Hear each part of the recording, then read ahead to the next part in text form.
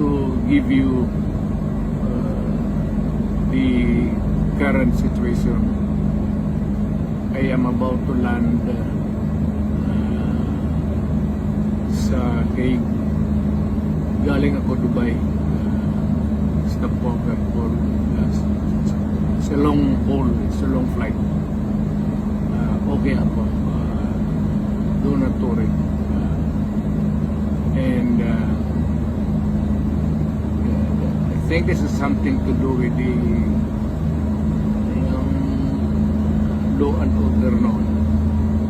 At sinasabi ko naman sa mga pulis at military na trabaho kayo at ako ang managot.